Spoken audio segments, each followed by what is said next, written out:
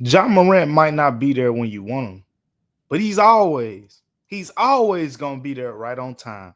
In this episode of Locked On Grizzlies, we got to talk about how John Morant didn't have the greatest day, but he came through just when the Grizzlies needed him to, late in the game, in the fourth quarter, in overtime, and helped the Grizzlies pick up a big clutch win against the Phoenix Suns. We're gonna talk about that and much more in this episode of Locked On Grizzlies.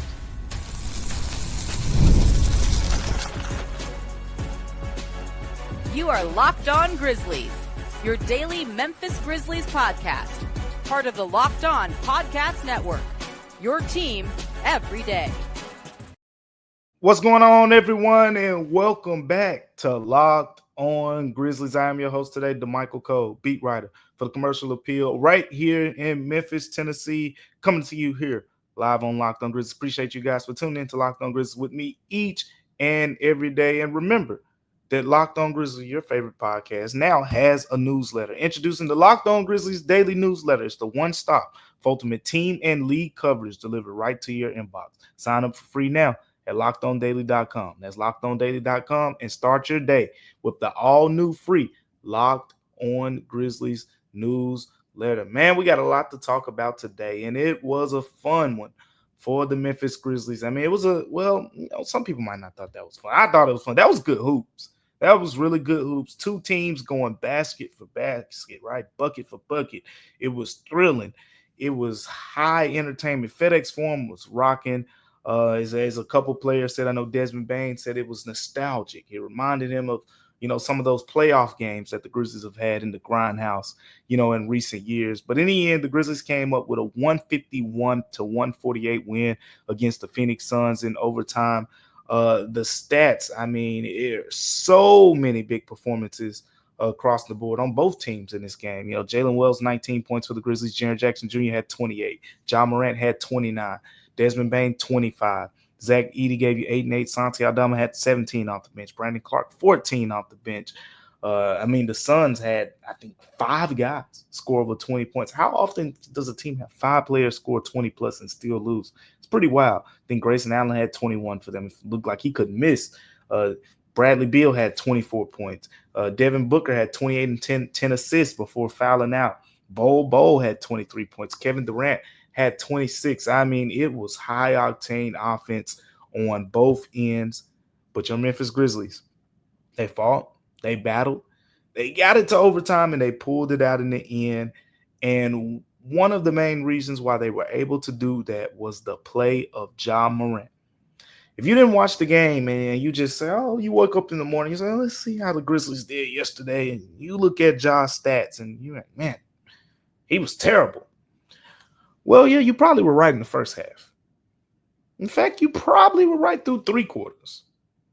But when that fourth quarter came, it just clicked. It was a change in approach.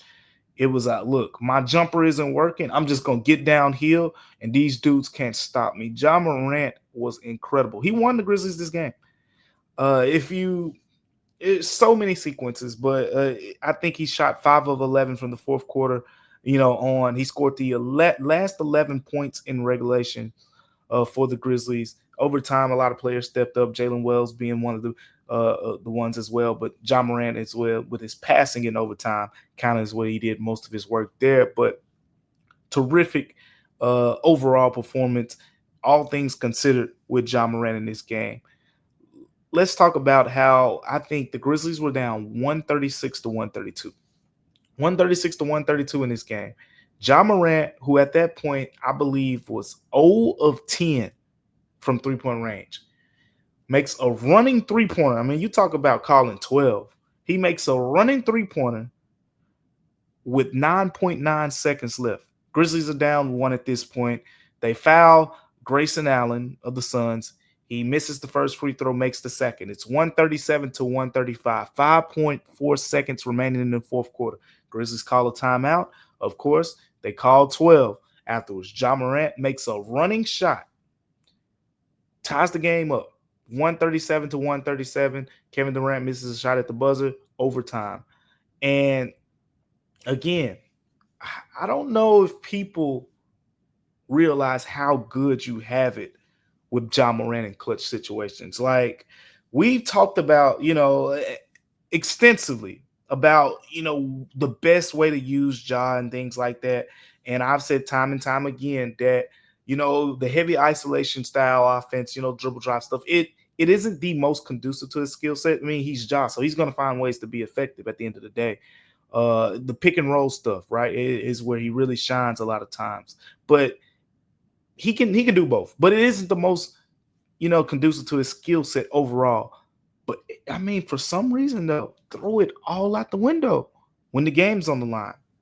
Look at this stat here, courtesy of my former co-host and friend of the show, Sean Coleman, here on Locked On Grizzlies. He said, since per shot data began in the 1996-1997 season, 200 200 NBA players have attempted more than 10 career shots to either tie or take the lead with 2 or less seconds left in the fourth quarter or overtime period of a game, regular seasons or playoffs.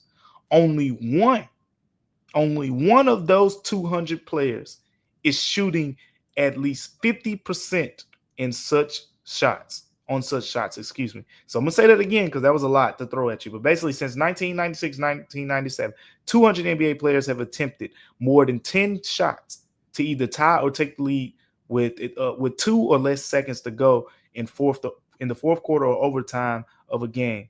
Only one of those 200 players is shooting at least 50% in those situations. That one player, Ja Morant. This call 12 thing isn't some bluff for show. This is real. When the game is on the line, there's no doubt about it. You go to Ja Morant, and he could be shooting 4 of 25, 6 of 25, whatever you want to call it. When the game's on the line, he's a bug. He just finds a way. It's the it factor. It's the knack that coaches talk about. And he found a way in this game. It was a lot of perseverance for Ja. I mean, there were struggles early in the game. If you want to talk big picture here a little bit, I'm not going to talk too much about it. That may be for a show later this week. But the shooting is concerning to a degree because the Suns are a bad defense and they don't have much rim protection. So Ja was able to get to the rim and he was able to draw fouls and things like that. But against certain teams who are much better at preventing you to score at the rim, like the Oklahoma City Thunder, it's going to need to make some jump shots. And 1 of 12 from the three-point line isn't going to do it. So, that is what it is. But at the end of the day, Taylor Jenkins, Jaren Jackson Jr., Desmond Bane, and others in the locker room, they really applauded Ja for the fact that he kept playing, he kept shooting. Ja was 0 of 8 on three-pointers, I think, to the early stretch of the third quarter. He was 0 of 5 on three-pointers in the first half. He kept shooting. And as Taylor Jenkins said, Taylor Jenkins did not complain about the shots. Taylor Jenkins said they were rhythm shots. He shot them with confidence. And he was rewarded for doing so. He was rewarded when he made the running three-pointer late in the fourth quarter to put the Grizzlies within one that gave them a chance to tie the game going into overtime. And he made, the shot that took them into overtime. He only made 1 3, but it was probably at the biggest moment that you needed a 3 in the game when you're down 4 points with 10 seconds left. You definitely needed a 3, in that situation. But Ja Morant delivered in this game. And this is just another reminder that, the Grizzlies have a bunch of great players. They got Ja Morant. They got Desmond Bane. They got Jaren Jackson Jr. Jaren Jackson Jr. had fouled out in this one. When the game was on the line, it was time to get the ball to Ja. He was rewarded for his perseverance from the three-point line. And then there was the free throw shooting. I mean, not the free throw shooting, excuse me. There was the frustration with the officials as well. And he worked through it. And, if you've been watching these Grizzlies game closest, you've seen it. Like, you've seen Ja at this point complain for a call or voice, however you want to describe it, vent his frustration to the officials. And the officials, after he drives to the basket and sometimes he's trailing beyond the play. We talked about it here on Locked On Grizzlies. I've talked about it, how that's something that, you want to limit because sometimes it could lead to easy scoring opportunities for the other team. And Ja kind of touched on that in this game after this game because in the first quarter, second quarter, third quarter, a little bit too, there were a lot of plays where he felt like he was fouled and he didn't get whistles. And maybe, that those frustrations worked for him because he ended up getting 14 free throws in this game. But here's what he said. He said, coaching them stay on me about that. Just continuing to keep a positive body language. Obviously, that's tough when you're a competitor, so you're at a disadvantage. Look, I know there's a lot of people out there that consider themselves competitors, and I consider myself competitor. So I said, you know what? It makes sense. There's also the other competitive part of you that's like, oh, you gotta tone it down because you don't want to get this tech. You don't want to get this team a free point. You don't want to take any momentum away, all that stuff. There's also that competitive part where you have to be savvy. You have to be smart, all things considered. But Josh said it's tough when you're a competitor and you're not getting those free throws. So there is frustration with the officials. And, it's been a constant theme over the course of the season for him. He got 14 free throws in this game. And we'll see, how that continues to play out over the course of the rest of the season. Ja Morant's the way he's being officiated. But at the end of the day, 29 points from Ja, 7 of 25 shooting, 1 of 12 from 3-point range, 14 of 14 from the free throw line. Did not miss a free throw.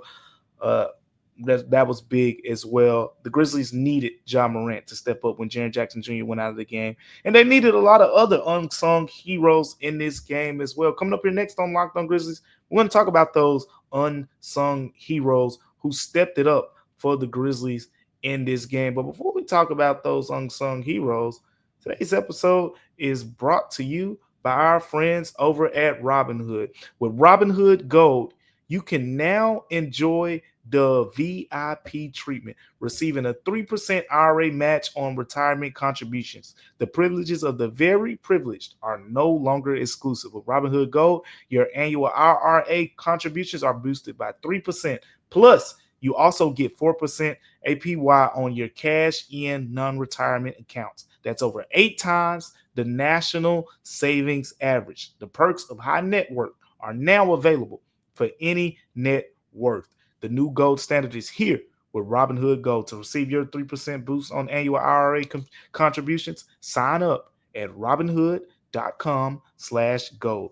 Investing involves risk. Rates subject to change. 3% match requires Robinhood Gold at $5 a month for 1 year from the first match. Must keep funds in IRA for 5 years. Go to Robinhood.com/boost.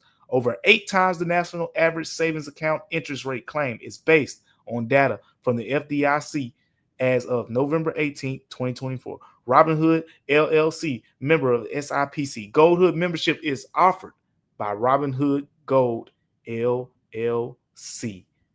Make sure you take advantage of that. Welcome back to Locked On Grizzlies. And we got to talk about the unsung heroes in this game. Who stepped it up for the Grizzlies? Because it wasn't just Ja Morant. Clearly, like we said, Ja did most of his work late. Like it was his fourth quarter. It was overtime. And there were other players that stepped up in fourth quarter and overtime as well. But what about the first 3 quarters? It's a 4-quarter game, right? And then there was some extra time, but it's a 4-quarter game. So there had to be other players who really stood out in this game for the Grizzlies. And there were. This was a complete team win for Memphis. So many players brought strong performances in this. And I got to start with Jalen Wells. That's who I have to start with.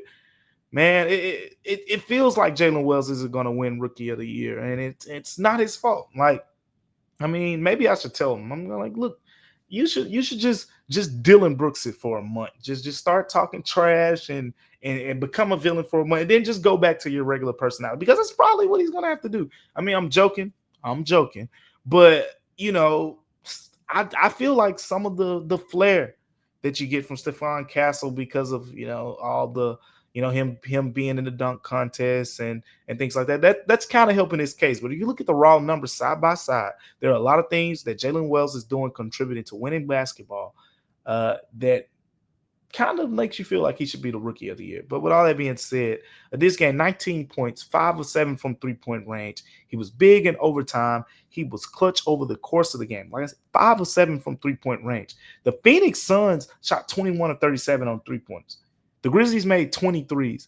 Jalen Wells was tied with Santi Aldama for the team lead with 5 3-pointers. So every one of those 3-pointers was big when you're going against a team that is shooting 57% from 3-point range. I mean, it's the Grizzlies just beat a team that shot 57% from 3-point range and made 21 of them. So Jalen Wells, big unsung hero for what he did beyond the arc, playing his aggressive style of defense. He caused the turnover late in the game, offensive foul, right when the Grizzlies needed it. I think it was a 1-point game at that point. Phoenix had the ball, looking for an opportunity to score. Jalen Wells drew an offensive foul because of that tenacious defense that he plays.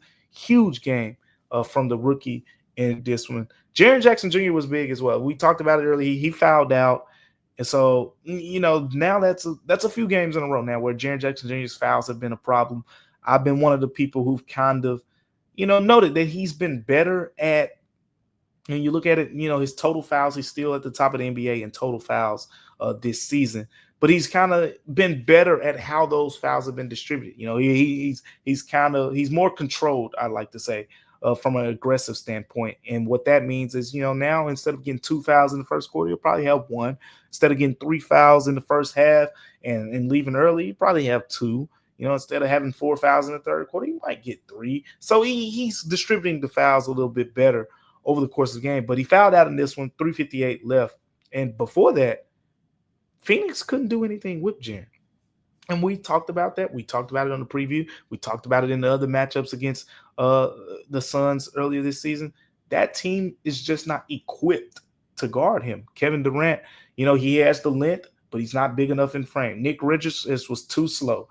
He was having his way with him. Mason Plumlee just wasn't good enough, I don't think. I mean, so they had some size or whatever, but none of those guys could guard Jaren. Jaren shot 11 of 13 from the field. 3 of 3 from the 3-point line, 28 points, 6 rebounds, 2 blocks, a steal, and assist before fouling out in pretty much 32 minutes. So 11 of 13 from the field. I mean, he was extremely, extremely efficient, for the Grizzlies in his time on the floor. And even, what about Santi Aldama? We talked about Jalen Wells making those 5 big 3-pointers. Santi Aldama did the same thing as well. Santi had, if Ja had the biggest 3-pointer of the game, it's because he definitely did. I'll say that. Ja Morant had the biggest 3-pointer of the game. Santi had probably the 3-pointer that you might not remember as much, but it was huge. It was about 150 left in overtime. The Grizzlies gave up a dunk to Mason Plumlee, right? So now they were down 2. Ja Morant missed the 3-pointer on the ensuing possession.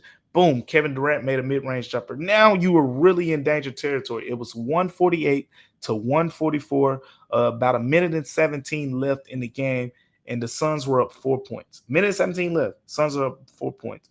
Santi Aldama looked like Bol got lost on defense, but Santi Aldama gets wide open from 3-point range. Wide open. No one around him, but again, it's a shot you need. He knocks down the 3-pointer. The Grizzlies are now down 148 to 147. They get a stop. Brandon Clark makes the next shot on the next possession. They go up 149, 148. And basically, Phoenix doesn't score again. So that shot from Santi Aldama, when they were down 148 to 144, was the biggest 3-pointer in overtime for sure. Ja Morant made the biggest 3-pointer in regulation. Santi made the biggest one in overtime. Santi Aldama, again, people, I don't know if people are still questioning, is he someone you're going to play in the playoffs with? Throw that stuff out the window. The guy just played 32 minutes, 6 of 9 from the field.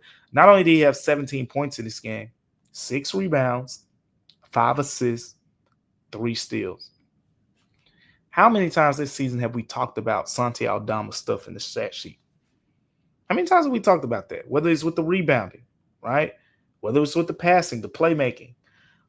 Santi can make plays, and that's what impresses me the most, because his 3-point shot didn't have to be working. He still would have had 6 rebounds, 5 assists, 3 steals. Like, he still finds a way to make the impact. So he's not going to shoot 5 or 7 from 3-point range every game, but it's how can you be impactful when your shot is falling, when your shot is not falling. He continued to show that he can do those things as well. Brandon Clark had a nice game as well.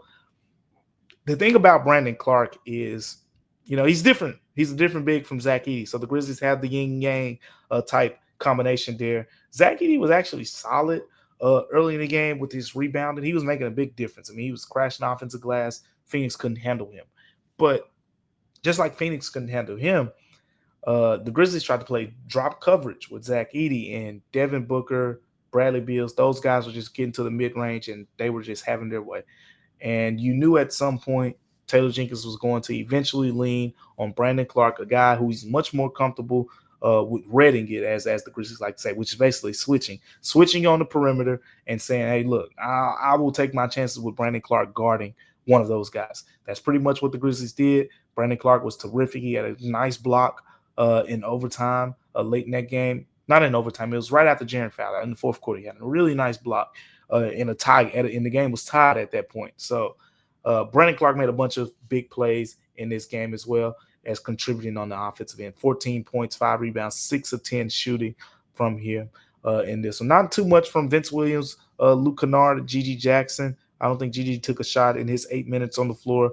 Vince Williams, 2 of 6. Luke Kennard, 2 of 5. 19 minutes for Luke Kennard, 13 minutes for Vince Williams. This was pretty much a game where the starters and a couple guys off the bench, Santi Aldama, Brandon Clark, really keyed in on the Grizzlies coming out victorious against a Suns team that has a lot of playmakers. But speaking of playmakers, Desmond Bane was more of the playmaker in this game than Ja Morant. And I got some intel talking to Des after the game on how this development or the division of the playmaking role works. I think some of you guys are really going to want to hear this. So stay tuned for that coming up here on Locked on Grizzlies. But before we get to that, remember that today's episode of Locked on Grizzlies is brought to you by DoorDash. NBA fans, get ready because they swoosh, you sweat, you save. Thanks to Dash Pass, every time a player drops 50 or more points in a game, you can score a huge deal the next day. So it's really simple. And any player in the NBA scores 50 or more points in a game during the game this season, Dash Pass members, you get 50% off an order, up to $10 off the next day from noon to midnight. And look, there are a few ways you can take advantage of this deal. You got the game day feast, which is like, after a 50-point performance, you order some wings, right? Celebrate that way. You can get lunch. You can have a watch party. However you want to do it. Late night cravings for some out there.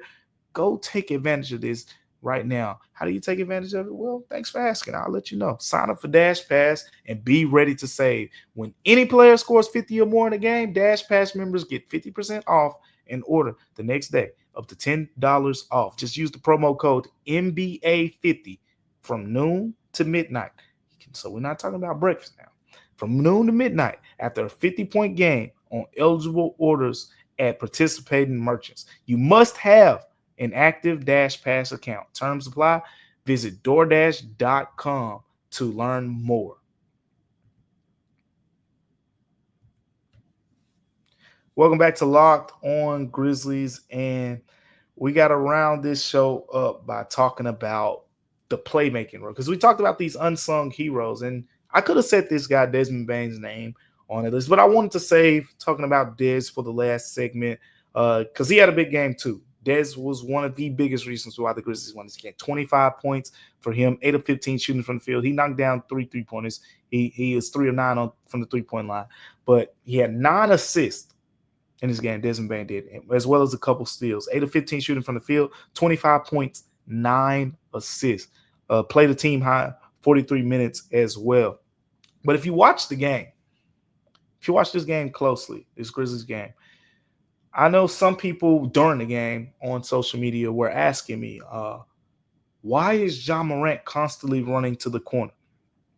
I've had some people over the course of the season reach out to me and say, why is Ja not initiating the offense as much? Is this new offense? What about this new offense is allowing this to happen? Well, kind of got some answers for you. And quite frankly, I think the answers are good answers. In this case, it was a good answer.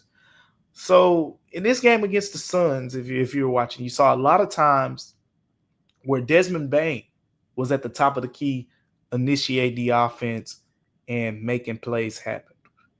It worked. Let's start there before anyone says, it worked. The Grizzlies were very efficient offensively overall because Desmond Bane was at the top of the key, initiating some things. He had assists out of it. I think it was noticeable to a lot of people because Ja Morant, again, 1 of 12 from 3-point range. So, and he didn't hit the three until late in the fourth quarter. So you're talking about 0 of 9, 0 of 10 at one point. Ja Morant was missing a bunch of three-pointers, and a lot of those came off of passes, and he was pretty much looking like a spot-up shooter in the corners or at the top of the key or whatever the case may be. And people probably, well, then get Ja Morant the ball, let him get downhill. I completely agree with you. I completely agree. And we saw how that worked out. But there were times in the game during those stretches, especially at one point we saw Ja Morant kind of go high pick and roll, right? And the Suns kind of walled up. They created this wall. Ja Morant couldn't drive through it. He tried to pass it. The Suns got a steal. So it was tough for the most part early on in the game for Ja to kind of just go attack the defense and just try to make something happen. He was getting to the free throw line, but the Grizzlies were getting efficient and good offense out of putting Desmond Bane at the top of the key. Now, there's my opinion. Here's the reality of what Taylor Jenkins is doing when he has those guys in the game. So the Grizzlies have, I would say, 3 guys who primarily initiate the offense in that situation. And they have packages for each of those guys. This is what me and Desmond Bane mentioned after the game. They have packages for each of those guys. There's a package for Desmond Bane where he's the guy initiating the offense at the top of the key. Ja Morant goes to the corner. Jalen Wells goes where he goes. Zach Edey goes where he goes. Jaren goes where he goes. Desmond Bane has a package. Ja Morant has a package. That's self-explanatory. He's the point guard. He's the guy, we've seen initiate the offense for years. Jaren Jackson Jr. also has a package. If you've been watching the Grizzlies this season, there have been several times where you've seen Jaren Jackson Jr. Dribbling the ball at the top of the key, initiating offense for the Grizzlies in a way as well. So what Taylor Jenkins does is he has packages for all 3 of these guys. There's a Desmond Bane package. There's a Ja Morant package. There's a Jaren Jackson Jr. package. Over the course of a game, we see all 3 of these. There are stretches where Jaren Jackson Jr., is at the top of the key initiating, Desmond Bane, Ja Morant. The Grizzlies found a lot of success in this game with Desmond Bane being in that role, and quite frankly, they stuck with it. It was that simple. So they found something working with their packages that they use with Desmond Bane kind of initiating the offense. Again, he had 9 assists, so I'm not knocking it. And the Grizzlies as a team, here's another thing, and I think a lot of this was kind of to the fact that Desmond Bane was at the top of the key as that initiator for much of the night. The Grizzlies shot 20 of 48 on 3-pointers in this game. Ja Morant was 1 of 12 from 3-point range. But again, if you eliminate that, they were 19 of the rest of the team was 19 of 36, over 50%, just like the Suns were over 50% from 3-point range. So Ja had a tough shooting night from 3-point range, but the rest of the team combined to go 19 for 36. So again, Desmond Bane was helping the team generate really good looks on the offensive end, and they stuck with that. So there are going to be games where you see Jaren Jackson Jr. is going to be the guy who's more of the initiator. There's going to be a bunch of games where you see Ja Morant more in that top of the key role. But that's kind of how the Grizzlies use it. They have packages for each of those guys. Desmond Bane was the guy who primarily was at the top of the key in this game. And Ja Morant still finished with 8 assists. At the end of the day, Ja Morant is a playmaker. He's going to make plays. And you saw in the fourth quarter and overtime, it was more of Ja Morant being the guy on the ball, and those packages for him kind of came into play. But if you talk about the first quarter, second quarter, third quarter, it was a lot more Desmond Bane in that role. Let me know what you guys think about that too. Do you like the fact that they have packages for Desmond Bane, Ja Morant, Jaren Jackson Jr.? Personally, I like it. Again, I've always been of the mindset that you don't want to be overly reliant on Ja Morant in certain situations. That's kind of what's hurt them. You got to know he's your guy, right? And I think the Grizzlies do understand that's their guy. But can't be overly reliant on them. That hurt them against the Lakers in the playoffs. It was hurting them against the Timberwolves, even though they won that series. It hurt them in the playoffs against Golden State Warriors. Those teams were able to pretty much game plan for Ja Morant and, pretty much knew what was coming. But when you put him in different spots on the floor, you put Desmond Bane as the initiator, you put Jaren Jackson Jr. as the initiator, you give them different looks. And, we'll see how effective Ja Morant can be in those different looks. Like in this game, clearly wasn't his best game from playing off the ball perspective, but there have been situations where he's been fine off the ball this season. So overall, at the end of the day, uh, I support diversity in the offensive scheme. That's kind of what we saw in this game against the Suns as well. It was a great performance for the Grizzlies overall in that one. But remember, now your favorite podcast has a newsletter introducing the Locked On Grizzlies daily newsletter, the one stop for ultimate team and league coverage delivered right into your inbox. Sign up for free now at lockedondaily.com. That's lockedondaily.com, and start your day with the all new free Locked On Grizzlies newsletter.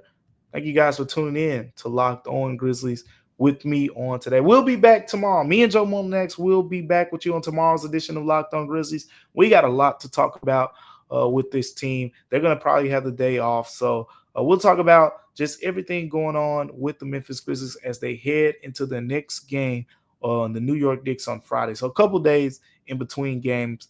But me and Joe Monax will be back with you on tomorrow. But until then, appreciate you guys for tuning in to Locked On Grizzlies. And remember, Locked On Grizzlies is free and available wherever you get your podcasts. Amazon Music, Apple Music, Spotify, anywhere else. Until next time, I'm Damichael Cole, and we'll see you on Locked On Grizzlies.